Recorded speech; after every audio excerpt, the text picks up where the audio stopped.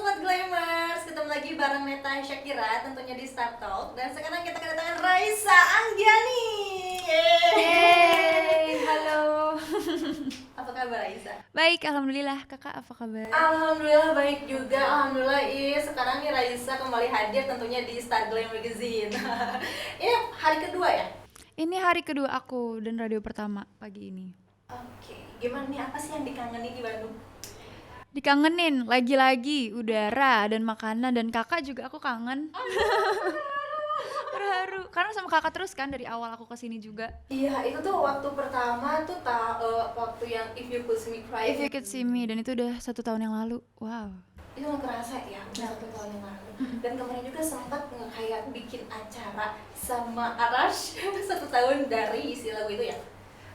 Oh iya, acara Kecilan ya. kecil-kecilan aja sih, karena kemarin juga alhamdulillah udah mencapai 30 juta pendengar di If You Could See Me Crying in My Room, jadi kayak celebrate aja sih.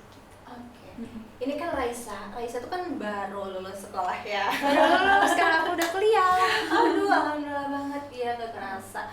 Nah, apa sih dulu kan ini pas waktu mengeluarkan album, mengeluarkan single, ini teman-teman gimana sih reaksi pertamanya? Single Aku Kamu Yang Lain Iya.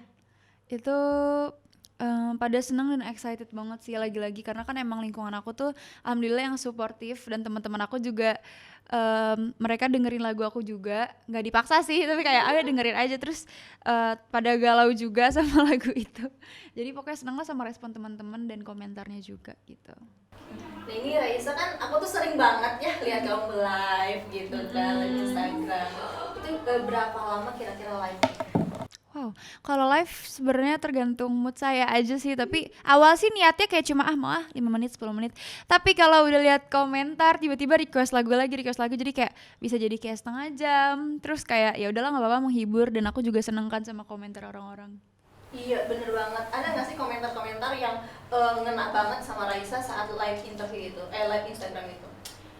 Beberapa kali live Instagram mungkin kalau ngena sering sih, cuma lebih banyak kalau tiba-tiba mereka curhat atau minta pendapat, kayak contohnya kak aku habis diputusin atau apa segala macam, padahal mah aku kayak iya aku juga nggak tahu gitu, kayak bukan expert juga, cuma kadang suka berpendapat juga, terus jadinya berinteraksi, dan itu menurut aku menarik dan menyenangkan sih.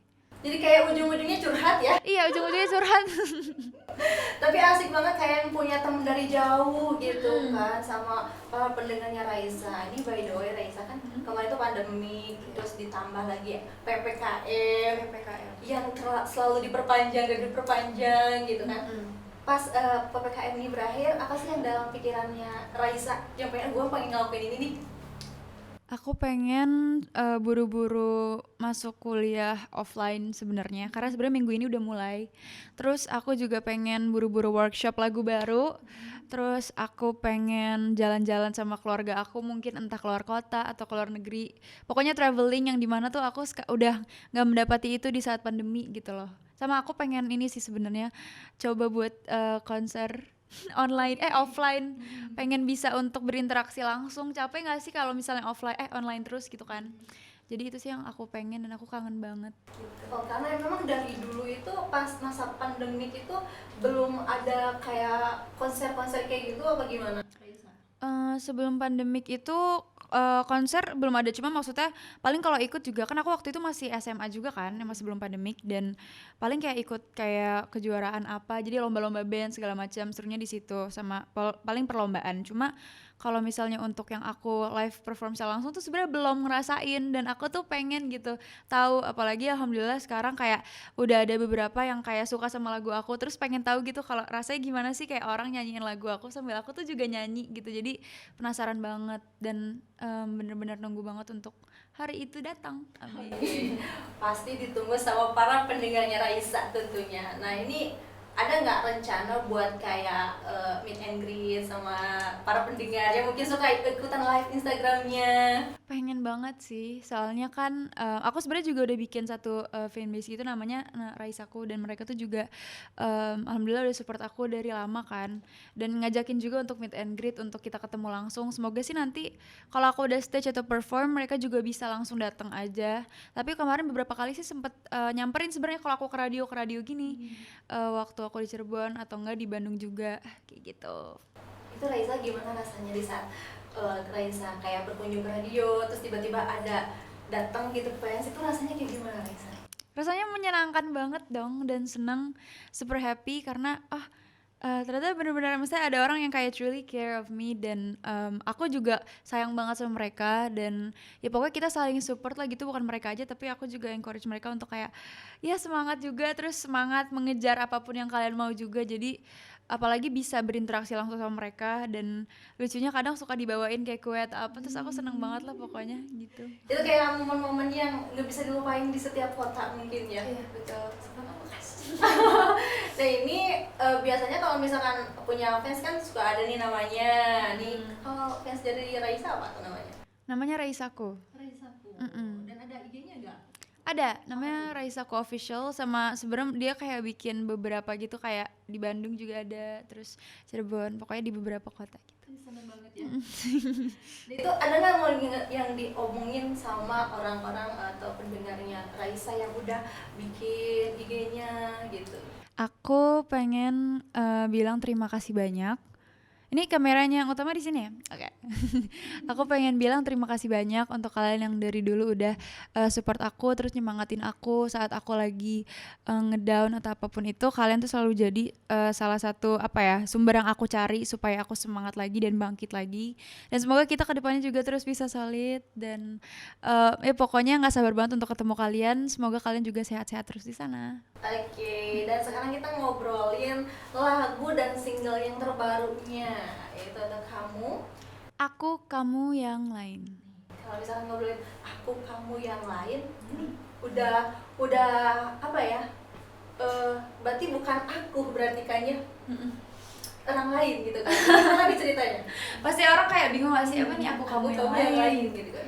Cuma kalau dari interpretasi aku sendiri, aku, kamu yang lain itu sebenarnya dari awal lagu tuh udah dijelasin tau, tentang perasaan yang memudar seiring berjalannya waktu di dalam hidupku dan kamu. Jadi tuh kayak satu hubungan yang emang mereka udah menjalankan banyak kisah dan memori sampai akhirnya di suatu titik perasaan mereka lama-lama memudar dan luntur, dan akhirnya mereka mungkin menemukan beberapa nggak cocokan atau pokoknya saling nggak nyambung lagi sampai akhirnya mereka memutuskan untuk berpisah. Dan di lagu ini itu aku pengen lebih menyampaikan dalam proses kehilangan itu kita pasti bakal nyampe ke proses dan tahap mengikhlaskan. Jadi di Aku, Kamu yang lain ini tuh kita mengikhlaskan sambil mencoba untuk berbahagia kembali dan mendoakan si mantan atau orang yang udah nggak sama kita lagi itu untuk berbahagia lagi, dan semoga kedepannya juga dipertemukan dengan aku yang lain atau orang lain yang bisa buat dia sama bahagianya atau lebih bahagia lagi dari sebelumnya kayak gitu. Berarti ini memang benar bercerita tentang perpisahan dengan dan keikhlasan gitu. Keikhlasan, tapi yang udah keikhlasan yang sudah dan mencoba untuk berbahagia kayak gitu sih.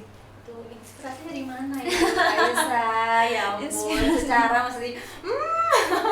masih kecil lah ya juga, ya Allah. Tapi kalau bikin lagu tuh biasanya dari banyak ini sih, ngelihatnya kayak dari apa sih yang ada di kehidupan ini dan yang bisa easily relate ke orang, dan terutama akunya dulu sih. Jadi aku yakin kalau aku pertama kali bikin lagu dan merasanya udah ngena di hati aku, insya Allah nanti kedepannya bakal nyampe lagi juga ke hati orang lain yang dengerin gitu kan. Dan lagu ini juga sebenarnya terinspirasi dari beberapa perpisahan yang terjadi di kehidupan saya. Curhat. Tapi ini maksudnya kalau berpisah itu bukan berarti sama pacar aja, cuma seiring kitanya beranjak dewasa pasti kan kayak kita bakal nemuin lingkungan baru dan nanti kita ninggalin lingkungan lama segala macam. Nanti berpisah sama teman-teman yang lama. Bukan berarti kita mau ya, tapi udah natural aja gitu, karena kita ya berarti kita bertumbuh dan itu proses yang nggak bisa kita hindarin juga. Jadi itu kenapa aku ngerasa di setiap fase kehidupan tuh pasti ada perpisahan. Itu kenapa Aku, Kamu yang lain ini juga bakal relate-nya ke proses itu gitu. Itu benar banget kok, benar, karena kita memang bertumbuh dan kita melewati dengan fase-fase itu. Karena kan juga mungkin teman-teman kita yang dulu itu tidak sama dengan teman-teman kita yang sekarang. Jadi kayak menyesuaikan. Jadi kalau misalkan kita dulunya kayak gini, sekarang bertumbuh dewasa juga harus bersikap seperti apa? Mungkin seperti itu ya. Asik, itu cocok banget sih sebenarnya. relate banget dengan kehidupan anak muda mungkin. Berarti kakak pernah mengalami perpisahan? Iya itu pasti Udah lah. pasti ya? Iya udah pasti. Tapi mengikhlaskan? Harus mengikhlaskan, karena kalau misalkan kita tidak mengikhlaskan berarti kita tidak akan menerima hal yang baru datang dong. Benar Setuju kan? banget sih. Karena untuk move on kan kita perlu ya sudah gitu ya, move on, ikhlasin aja gitu. Karena itu memang bercerita tentang kehidupan gitu. Kehidupan.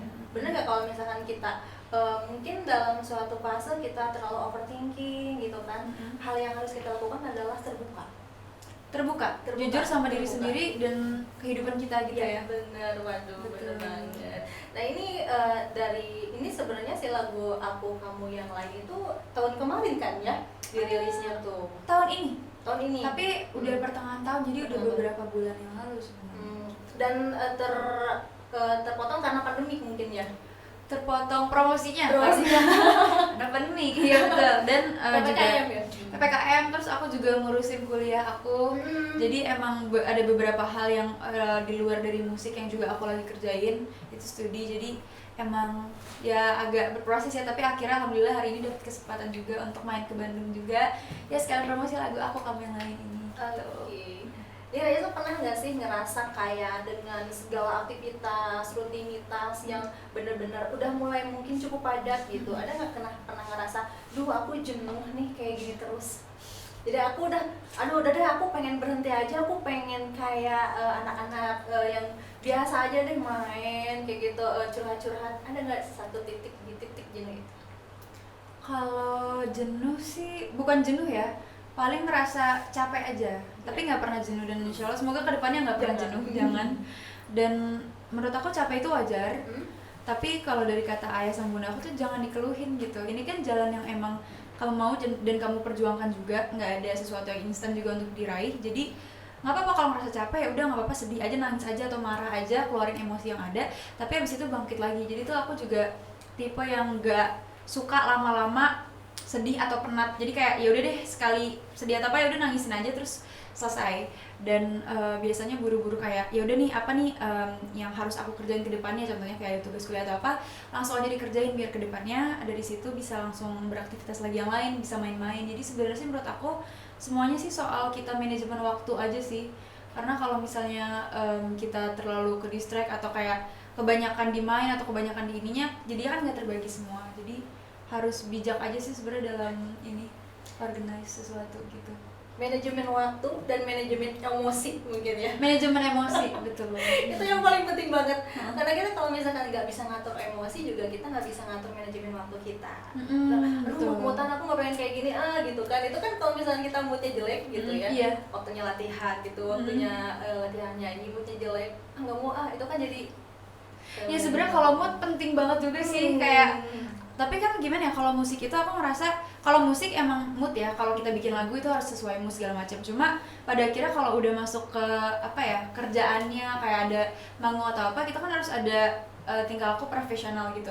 Jadi kalau udah masuk ke situ aku bakal ya udah undurin aja egonya, kayak capeknya ntar aja. Terus aku tuh kadang suka mikirin kayak lo tuh harus lihat orang-orang yang kerja di belakang kamera segala macam, mereka tuh lebih capek, mereka yang duluan datang segala macam. Jadi kayak aku rasa kadang tuh kayak nggak pantas buat lebih capek buat ngerasa bad mood atau apa gitu. Jadi sebisa mungkin, semaksimal mungkin tampil sebaik mungkin lah gitu.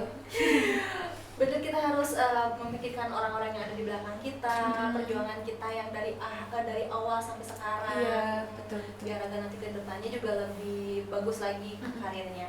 Nah ini kan juga lagu dari Aku Kamu dan yang lain juga, movie videonya juga kamu terjun langsung ya. Dari modelnya, dari editingnya juga, ini kamu semuanya masuk ke dalam situ. Diambil ya semuanya. Semua ngurangin budget. Bener, itu dia. Kan ngurangin budget, juga nambahin ilmu. Juga menambah ilmu, itu yang terpenting sih sebenarnya. Gimana tuh pengalamannya? Semuanya diambil. Sangat menyenangkan karena itu emang selain itu mengurangi cuma intinya itu tuh aku emang pengen terjun langsung karena aku emang suka. Aku suka sama hal-hal yang di belakang kamera juga, aku suka editing, aku suka. Jadi waktu itu tuh sebenarnya sempat aku dikasih sama penulisnya kayak nih gimana kalau cerita si movie video klipnya kayak gini. Tapi aku kurang setuju karena menurut aku itu kurang relate sama apa yang pengen aku sampaikan di video klip Aku Kamu Yang Lain ini. Jadi akhirnya aku memutuskan udah deh aku aja yang bikin. Jadi akhirnya aku yang bikin mood board, storyboardnya, dan emang karena aku ngerasa aku yang bikin lagunya, aku yang punya tanggung jawab untuk konsep. Jadi akhirnya aku yang bikin, dan alhamdulillah ketika aku diskusiin sama tim aku juga mereka bisa menambahkan juga dengan opini-opini mereka, dan pokoknya kita saling terbuka lah, menyenangkan banget. Terus aku sebenarnya juga punya editor utamanya, cuma aku bantu berkontribusi juga, kayak aku pengen kayak gini sampai itu begadang sampai pagi.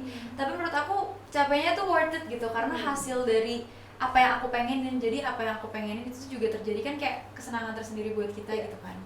Dan ya ilmu sendiri, bener banget kata-kata tadi juga. Tapi kan biasanya nih beda orang, beda kepala juga pasti beda pikiran. Iya betul. Gimana nih cara Raisa untuk, ada mungkin beberapa orang yang kurang setuju apa beda pendapat, gimana sih cara buat ngelurusinnya satu ide? Buat ngelurusinnya sebenarnya aku memang tipe yang menerima semua opini, tapi balik lagi kita harus rembukin nih yang keputusan terbaiknya untuk kedepannya langkah kita tuh apa, karena kan kita kan kerja as a team, bukan cuma aku sendiri gitu. Jadi nggak bisa egois juga gitu. Dan ya aku berusaha untuk menerima aja sih apapun yang terbaik juga, selagi itu emang untuk kebaikan si video klip ini atau si lagunya atau project aku bakal menerima itu. Dan malah kadang aku juga suka ya udah jadiin, ya pokoknya jadiin pelajaran aja lah gitu, karena aku ngerasa juga aku baru umur segini, dan untuk menerima opini dari orang yang mungkin lebih dewasa atau lebih mengerti di bidangnya itu penting banget menurut aku gitu. Sangat berharga, dan emang pengalaman tuh memang paling penting sebenarnya ya. Nah ini proses pembuatannya berapa lama Raisa? Proses pembuatannya itu kalau untuk video klip sendiri cuma 3 hari. 3 hari lumayan. Tapi dari proses awal kayak ide-nya berapa lama tuh? Apa? Dari bikin konsepnya? Bikin konsepnya itu, konsepnya kan aku yang bikin. Ini berapa lama? Jadi cuma 1 malam doang. 1 malam doang? Karena jadi sebenarnya penulisnya udah bikin dari sore kan, terus aku ngeliat malam tuh kayak nggak cocok, jadi malam itu langsung aku bikin di PowerPoint, storyboard segala macam, aku cari foto-foto yang emang aku pengenin. Terus besoknya langsung aku presentasiin ke label aku, dan alhamdulillah mereka setuju. Karena kan kita juga harus korasi budget segala macam kan. Jadi sekitar 2 harian proses ya mungkin dengan tim juga. Menurut aku itu waktu yang cukup singkat sih untuk mikirin ini segala macam, karena emang sekali lagi kalau kalian mungkin pengen cek videonya di YouTube aku, di Raisa Andiani, video klip Aku Kamu Yang Lain itu juga sebenarnya konsepnya simple banget. Dan kita juga pakai cuma 3 tempat doang, salah satunya itu di Waduk Jatiluhur. Dan emang menurut aku ngambil konsep tuh simple, jadi kita nggak yang gimana-gimana, tapi yang penting pesannya tuh nyampe sih gitu. Oke. Nah ini kan di postingan terakhir IG kamu nih aku ngelihat kayak ada Will See, ini adalah yang menceritakan tentang kisah-kisah yang menjadi inspirasi kamu dari lagu ini. Yes. Ada nggak sih kisah-kisah yang sangat menarik buat kamu? Kisah-kisah yang menarik buat aku. Yang mana banget? Kisah saya, Kisah dari orang-orang? kisah dari orang-orang. Apa sih yang bisa kamu ambil dari kisah-kisah orang tersebut? Sebenarnya banyak banget sih. Terutama kalau misalnya di lingkungan, bukan di lingkungan sih, tapi di seumuran aku nggak tahu ya kalau misalnya di kalian kayak gimana, cuma masa-masa SMA itu tuh masa-masa kita baru explore kayak pacaran itu ternyata kayak gini ya, kayak gini segala macam. Dan aku nemu banyak banget beberapa kayak dari teman-teman aku tuh yang kayak mengalami namanya kayak toxic relationship yang kayak gitu, dan yang dimana mereka tuh saling sayang atau gimana, tapi kayak kelakuannya sebenarnya jiwanya masih anak kecil gitu, masih egois, kekanak-kanakan. Jadi aku ngeliat itu tuh kadang sedih, kadang lucu juga, kok begini banget segala macam. Dan menurut aku itu menarik sih, setiap cerita dari orang kan beda-beda, dan ketika aku explore lagi kayak ternyata ada cerita yang kayak gini, kayak gitu. Mungkin kalau untuk detailnya lagi nggak bisa aku ceritain sih, karena sebenarnya kebanyakan, dan itu juga cerita orang-orang gitu kan. Tapi pasti kalian sendiri dalam satu fase dalam hidup pasti bakal ngalamin masa pacaran yang nggak cocok, terus ya udah kayak gitu. Bagi kalian gitu ya. Ini tuh ternyata Raisa Andiani ini masuk ke dalam nominasi Anugerah Musik Indonesia. Yeay, gimana nih apresiasinya? Menanggapinya Raisa kayak gimana? Seneng banget ya? Super happy, aku kaget tau, aku kaget banget kayak kok bisa gitu. Kayak kalau aku sih tapi kayak seneng banget, karena ya maksudnya lebih ke arah nggak nyangka ya, kayak Sebenarnya aku nggak yang kayak harus menang banget, tapi kayak masuk ke nominasi aja tuh udah super happy banget. Dan sekali lagi makasih banyak juga untuk yang mendengarkan, karena kan tanpa listener, tanpa orang-orang yang dukung juga lagu-lagu itu nggak akan masuk ke dalam satu nominasi itu. Jadi super bangga banget lah, alhamdulillah. Nggak ada yang, aku pengen bilang kalau nggak ada yang nggak ada yang sia-sia lah dalam apapun yang kita kerjakan, apa yang kita perjuangkan, dan masuk ke dalam nominasi itu adalah salah satu penghargaannya buat aku gitu. Itu pas pertama dengar kabar itu dari mana, Raisa? Dari grup keluarga. Grup Okay. keluarga kecil aku. Oke. Kan aku kan kayak kan aku lagi tidur tuh di mobil, itu kan baru kemarin kan. Aku lagi tidur di mobil, abis itu capek lah gitu kan. Terus tiba-tiba ditelepon, kamu cepet lihat grup keluarga sekarang gitu kan. Aku kira mau dimarahin apa gimana kan. Terus abis itu pas buka HP, ya Allah gitu kan, serius. Terus abis itu kayak, ya pokoknya seneng banget lah. Terus kayak bapak ibu aku juga yang kayak, selamat ya, kayak gitu-gitu. Jadi aku kayak, ya sih. Bener-bener sangat ke amazing gitu kan, ternyata banyak kejutan di dalam kehidupan ini ya Iya Raisa ya. banyak banget, kayak banyak banget hal yang unexpected ya, nggak yang kita pikir impossible atau kayak nggak mungkin didapatin dalam waktu yang kayak gini, tapi tiba-tiba terjadi apapun itu. Jadi ya udahlah, percaya aja, nggak ada yang nggak mungkin lah kalau misalnya Betul banget. Nah ini Raisa boleh dong dipromosiin buat Sobat Glammers di mana aja bisa mendengar lagu terbarunya dari Raisa. Oke guys, jadi untuk kalian yang belum dengar lagu aku, cepetan dengar lagu aku sekarang, Aku Kamu Yang Lain. Especially untuk kalian yang mungkin lagi mengalami fase-fase habis putus atau kayak gimana. Aku nggak bisa jelasin teori mengikhlaskan itu seperti apa, karena pada akhirnya kalian sendiri yang tahu bagaimana. Tapi pokoknya untuk kalian yang tertarik dan harus dengerin, kalian bisa dengerin lagu Aku Kamu Yang Lain. Itu udah keluar di semua digital music platform, ada di Spotify, di Joox, pokoknya di seluruh digital platform yang kalian tahu dan kalian pakai sekarang. Dan video klipnya juga udah keluar di channel YouTube aku, Raisa Anggeni. Oke, nah itu buat Sobat Glammers langsung aja dilihat di YouTube channelnya. Dan Raisa, aku pengen nanya nih pertanyaan terakhir. Goals kamu di dunia musik tuh apa? Goals aku lagi-lagi di dunia musik. Dalam beberapa tahun ke depan, semoga aku udah menghasilkan album. Terus mungkin bisa kolaborasi sama beberapa musisi di Indonesia juga, atau mungkin di luar negeri yang hebat-hebat. Semua hebat lah ya. Semoga bisa, dan aku juga bisa melahirkan karya-karya baru yang menyenangkan untuk didengar dan nyampe ke hati para pendengar lah. Ya, gitu. Oke, Raisa, semoga semua goalsnya itu bakal tercapai, dan makasih banget udah hadir di sini di Star Glam Magazine. Nanti kita ketemu lagi mungkin di live berikutnya ya. Yes. Dan itu tadi Sobat Glammers, interview kita bareng Raisa Anggiani, dan nanti kita kembali lagi di Star Talk berikutnya. Saya Natasha Kira, pamit.